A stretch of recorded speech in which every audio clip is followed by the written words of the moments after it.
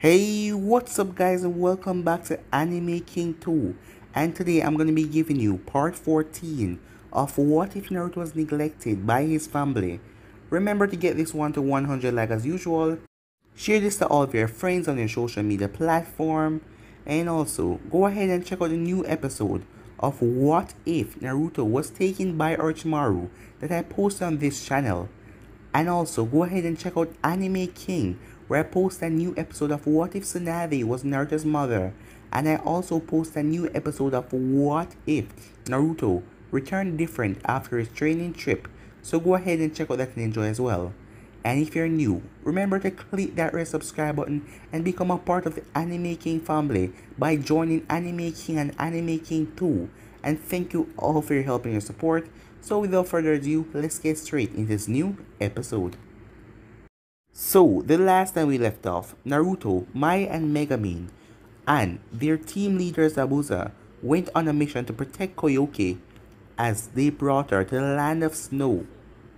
After a few days of filming, they arrived and immediately they got attacked. After Koyoke was filming a scene, as some snow ninja arrived as they attacked Zabuza, Naruto, Mai and Megumin. As Naruto stayed back to protect the people, seeing that he had the multi-shell clone jutsu, and that would be a great help if anyone tried to attack from there. Meanwhile, back at Konoha, Kushina was talking to herself and not realizing that she was talking out loud. And one of Minato's loyal ninjas heard about her plans. As the ninja quickly rushed off, it was 3 of them. 2 of them stayed behind, but Kushina only managed to take down those 2, as the other one rushed to the office and informed Minato about everything. Kushina immediately went and visited Sarutobi as she told him what happened, and he told her to leave as she was going to a bunker that is a distance away from the village so she could be safe until a real battle begins. So yeah guys, that was basically the last part we left off. You guys can switch across the place and check it out for yourself. So let's start this new episode. Kushina was currently running to one of the hidden supply warehouse to hide so she could still help the rebellion when she was needed. And of course she was smart to do that, seeing that as soon as Minato heard about what she did, he made her a missing link and the order to kill on sight. But she wasn't going to be anywhere where she could be found if she played her cards right. But the rebels all knew where she was. Time skip. 2 weeks later, Sarutobi was quietly walking towards a hill as he went through hand sign and placed hand on the wall as a door section opened up as he stepped inside. Inside of the hill was a clearing with hundreds of tents around. Sarutobi stopped right at the entrance of the camp. Kushina, are you ready? He asked as Kushina appeared as she was fully ready. Now just do the plan as it was written down, said Sarutobi. Kushina nodded as she put on a high-ranking jutsu that made her look like a normal, brown-haired civilian girl. High-ranking ninjas could see through her jutsu, but the only Anbu that were guarding the path was on their side. As Kushina entered Konoha a little while later, as she got past the lobby she entered, Ino was the secretary, as Ino could not see through the genjutsu. So Kushina made it all the way to the meeting that was currently being held, since everyone thought that she was a member of a civilian council, meaning that she was able to walk straight into the secret meeting without being stopped in any way. Kushina entered the meeting room. Immediately, Minato turned and looked at her. "What the hell are you doing in here?" he asked. He didn't know that it was Kushina, but he could see that she was under a genjutsu. As she smiled at him, "I just came to deliver a message, Minato," as she quickly released the jutsu, as she saw the shocked expression on Minato's face that quickly turned into rage. "You dare show your face here again? Anbu, kill her," he said. But nothing happened. "Anbu," he called, as he was shocked to what he saw the second time, for instead of them coming out to attack Kushina, there was only one of them that fell to the ground already dead. "You see, Minato, I am in control of the Anbus in this room, not you," said Kushina. "Yeah, right, Uzumaki whore. I bet you just bribe one of them with your body," said a civilian member. "How dare you step foot in here? You're no longer needed in this village. You are to be executed, killed on sight, the member said, without fear. Kushina didn't say anything as she snapped her fingers as a long sword pierced through the man's stomach, as he coughed up blood, as he was pulled into the darkness. As this scared the rest of the civilian council. What the hell do you want? A man asked Kushina. Well, seeing as you act so nicely, Kushina said, clearly enjoying their fear. I have simply came here to tell you guys one thing. A large amount of us are sick of your crap. So we have decided to overthrow you. Now the best part of this is that you have no idea who is actually in this rebellion. So watch your back, as she then started back out of the room. Oh, I forgot, she said as she threw a storage scroll on the ground. Minato, this is for you, she said to him with a smile. As Minato wasn't worried as he saw that it was a storage seal. But the storage seal then opened up to reveal hundreds of explosive notes as Kushina quickly dashed off in the confusion and the chaos. As everyone was surprised when they saw the Hokage building suddenly exploding, a part of it that is. Back at Minato's house, Minato arrived with his cloak a bit burned and a few burns on his hands here and there, but other than that he was fine, as he still had his loyal ninjas as he was being healed. Damn it, go out and get that damn woman, he yelled to the ones that weren't healing him. Get who? Which woman? One of them asked in confused. Kushina. She was the one who blew up the meeting room, Minato yelled. And with that, several squads of Anvu were now after the fleeing Kushina. But none of them could find her, as this is the beginning of the war. Back with Naruto, he was currently in the hospital after finishing that last mission, seeing that he went on the airship to find Koyoki, and he had to face off against all the ninjas and also Dodo, who wanted the crystal from Koyoki. But in the end everything worked out as Naruto won the battle, but now he was in the hospital. How is he doing? Mai asked the Anvu, as Megumin was sitting beside Naruto as well as he was lying on the bed. He should be fine, he just needs to rest, the Anvu said, as he then left. They then saw Koyoki walking up to them. So, how did everything went? Asked Mai. Thanks to this technology that we found, we plan to make the land of snow into the land of flowers. And with the mist as an ally, of course, said Koyoki with a smile. So, she then looked at Naruto. Why do you two share him anyway? I mean, he's strong and a village hero, but is that the only reason? She asked, as both of the girls got a bit irritated by that. We don't care about his village status. We are with him because we care for him greatly, said Megumin. Okay, sorry. It just seems the only thing he has besides his skill is fame, which a lot of ninja have, said Koyoki. Why do you not like him so much? Mai asked the girl. Well, I just thought about him as a figurehead. He is probably one of those people who stay behind and let other people do the work for him. Even though in this last battle, he was the one who fought Dodo. You saw what happened, you were there. He risked his life to protect you. How could you say that? Naruto is a good-hearted, kind person. He has done so much for the mist, but other than that, he doesn't care about fame or anything. He just likes to make everyone around him safe and protected, Mai said, as Koyoki looked over at Naruto. It was then they saw Naruto slowly open his eyes. Naruto, how are you feeling? Mai asked. I'm just fine, said Naruto, just a bit sore. But more importantly, how are you guys feeling? Naruto asked. Idiot, we are the ones visiting you at the hospital and you're worrying about us? Megumin complained. But she still had a small smile on her face. We're fine, Naruto. We just need you to rest and be okay, okay? She said. Don't worry, I'll be okay soon, Naruto said with a big smile. They look so happy with each other. Is this what I've been missing? By blocking everyone from getting to know me? Koyoki asked herself. Back at Konoha. Yes, any extra help we can get would be fine, said Shikaku. But where would we get more troops? Asked Inoichi. What about the miss? Hannah asks. Yes, that might be the only choice right now. But still, they might help either side. But it's a chance we have to take, Saratobi told them. I will go myself along with Kushina and other guards to ask. And with that, they ended the meeting as Saratobi went off to prepare. Back in the land of snow, a few days later, Naruto was up and running again. Okay, are you midgets ready to go?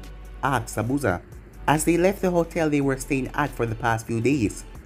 Yes, we are, but do you really have to call us midgets? Mai asked. Yes, because you're all smaller than me, he said with a smirk. At least we can actually get dates, Naruto told him, making Zabuza scowl as the girls giggle. And with that, they headed off back to the mist. With Saratobi, he and the Konoha ninjas were currently traveling to the mist to ask for some help. But it still could go very wrong, for they had an alliance with Konoha. They weren't big fans of Konoha to hear about Naruto's tragic past at Konoha, but it was still a risk they need to take, so they all moved forward. At the mist village, we finally made it, Shikaku mumbled out as they were walking through the main gate, as it took a while for them to get in after the guards sent report back to May, but they were eventually let in with the envoys following them towards the cage tower. Let this turn out good for us, Saratobi thought. With Naruto's team, they were finally back at the village. Okay, now that we're back, go and take the break that you earned, said Zabuza, as he headed towards the tower to give his report. Zabuza went straight up to the office. When he got there, he saw an old man, a red-headed woman, and a lazy-looking man. Hey May, we're back, and I'm here to give the report, said Zabuza, as he completely ignored the fact that there was other people in the room. Zabuza, would you stop barging in like that? May yelled at him, as he just shrugged. Hey, you wanted me to lead that team instead of giving me mission, so this is what you get in return, said Zabuza, as she growled at him. She just sighed. Whatever, at least they came back okay, she said. May then turned. I am sorry, Saratobi, but I don't think we can help in this rebellion, as Zabuza then cut in. What rebellion? He asked, as May just glared at him. You're still here? She said. Can't you see I'm doing something important? A few minutes later, Naruto's team was called to the office. As they entered, what do you want, sis? Mai asked. I am sure you know who these people are, especially you, Naruto. May told them, as Naruto immediately noticed them when he came in. As he looked over at Kushina, well, they have started a rebellion with their cage. Now, they want help, seeing that we still have a treaty with Konoha. If they lose, whoever helped them will become a missing nin. Now, it is up to you guys, seeing that I doubt the other ninjas will take this risk. And I wanted to ask you about it, Naruto, she said. Well, I'm in to get rid of that bastard, Naruto said. Mai and Megumin decided that they were a team and they need to keep it that way, as Zabuza was still in there and he got a smirk on his face when he heard this. Well, if these brats are going, then I'm going as well. I mean, why would I waste a chance to have some fun when it is offered to me? And with that, the rebels got a group of highly skilled ninjas to help their cause. Thank you for your help then, said Saratobi with a small smile. Don't worry about it, old man, we're helping for our own reason as well, said Naruto with a slightly evil smirk, as Zabuza looked at his student with pride. I would have said the same thing, said Zabuza. After only an hour preparing, all of them were sent to the village gate. Well, hopefully we will see you later, May, after taking care of all those bastards at Konoha, Naruto told her. And with that, Naruto and the group made their trip to Konoha. Saratobi, Naruto and the others were trying to get to the rebel base fast before anything major happened back at Konoha. So how bad is it back at Konoha now? Naruto asked. It's in bad shape, said Saratobi as he looked sad. While missions are still being done regularly, that is only because we still need to keep up appearance. Really, all of the ninjas are picking sides as we speak and wreaking havoc. In fact, just a little while ago, we had to attack a traitor group so Minato wouldn't have supplies. Still, it should all be over soon enough. Seeing that we plan on doing our final battle in a week, we believe we have enough supplies. Then maybe we can have some peace in this world for a while, said Sarutobi. I hope so, said Naruto, as he then quietly traveled as he think about the upcoming war. After a full day of traveling, they made it to the rebel camp, as all of the ninjas there look a bit nervous. When Sarutobi came, they looked relaxed a bit, knowing that their leader was finally back. Well, welcome to our home base. I know it is not much, but at least it is something, Sarutobi told them, motioning to the entire camp. Now, if you would follow me to the council room, I would like to explain our situation and how you can help us. As they followed him into a large tent where all of the council members were gathered. Welcome to our village, Miss Ninja, and thank you for helping us, said Inoichi, as Sarutobi and the others made it to their seats as the meeting was about to begin. Okay, as you can see, our trip to gain some troops was slightly helpful. Although we didn't get as many troops, we gained some very strong ninja. Now the question is, where to use our newly found teammates, Sarutobi told the group. May I suggest that they join the group that is attacking in 2 days. That way they can use their mass power to take out as many people as possible, Shikaku told them. But you guys need to keep many of the enemies alive so we can find out who is truly loyal. Yes, that does sound like a good idea. All for this idea, raise your hand, Sarutobi said. As all of them raised their hands, then it is agreed. Miss Ninjas, we will have someone show you to your tents and prepare for the battle in 2 days. For this to work, we need you to take out many enemies in the upcoming battle. Is this acceptable to you guys? Sarutobi asked, looking over to them.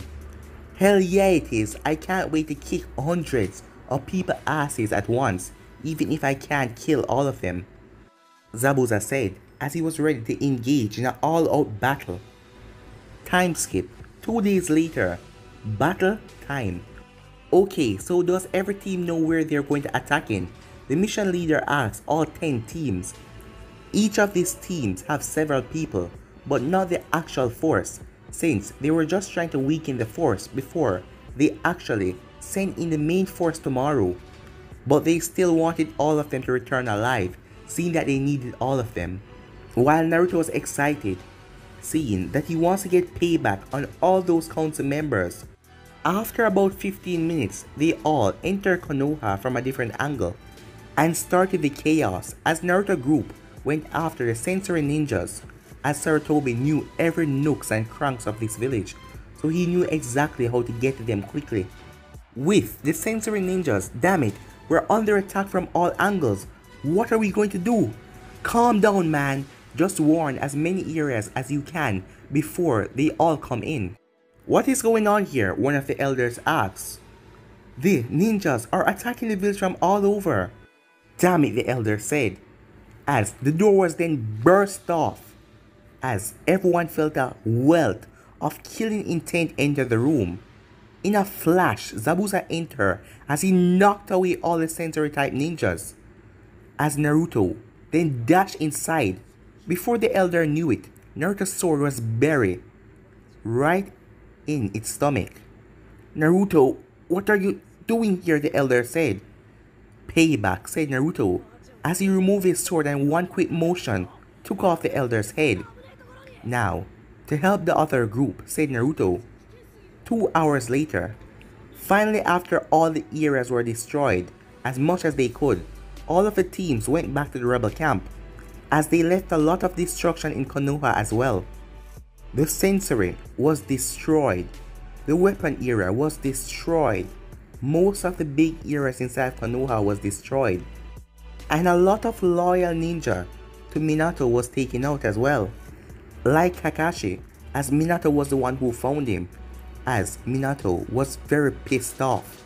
Inside of Konoha, sir, the damage to our village is quite severe, but this plan was by the rebels. It has destroyed several important places, and it has proven that Miss Village ninjas were also in on the attack. Finally, we had determined that both elders are missing, and several of our strongest ninjas were killed in the attack.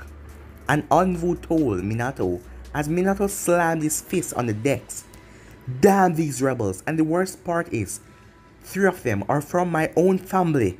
Damn it, Naruto, if you never ran away, none of this would have ever happened. But it doesn't matter, next time I see you, I'll make sure you die in this war, Minato told himself after his ninja left the room. But for now, all he could do was wait until the group was ready to attack again. Time skip. It was now nighttime in Naruto's tent. Naruto, are you in? A voice said from outside. Yeah, come in, said Naruto. As Narumi and Hinata entered. Now, what do you two need, he asked, after checking all the seals. Of course, the both of them said, as they were fidgeting for some reason. Well, Naruto, seeing that me and Narumi has decided that we both truly love you, we just wanted some time alone with you. I mean the girls on Miss get to spend all of this time with you, said Hinata. Really? Said Naruto. Yes, said Narumi. Very well. What you two have in mind anyways, Naruto asked. As the 3 of them just spend the night talking, as Narumi asks him about the seal, if he can release the Kyuubi. Well, I can, but it will take a lot of chakra from us. So after we're all rested, we will work on that. As the both of them asked if they could stay in his tent for the night. Sure, said Naruto, as they all went to sleep. The next morning, Kushina came into Naruto's tent. Naruto, we need you and the rest of the Miss Ninja into the as she froze. As she saw the girls. We didn't do anything, Mom, said Narumi. As she was snapped awake. We were just talking and we ended up falling asleep. At that moment, Naruto was waking up. Good morning, girls, he said. Oh, as he looked at Kushina. It's not what it looked like, he said. Naruto, you are needed in the meeting, said Kushina. As Naruto got up, as he started to fix up himself as he went off to the meeting. As they all go over the strategy for attacking tomorrow. The next day, everyone was ready. As they were trying to be calm, but today was the final day of the war. They will strike Konoha with everything they got. If they fail, it will be a total disaster. As all of them were ready. As Naruto had his swords in his hand. As they went off to the entrance of the camp. But guys, I'm ending this episode right here. If you want to see the next part of this or know what to do, like, subscribe, comment down below and turn on that bell notification to stay posted. Remember to share to all of your friends on your social media platform. And yeah guys, I hope you enjoyed this episode. And for now, I'm out of here. Peace.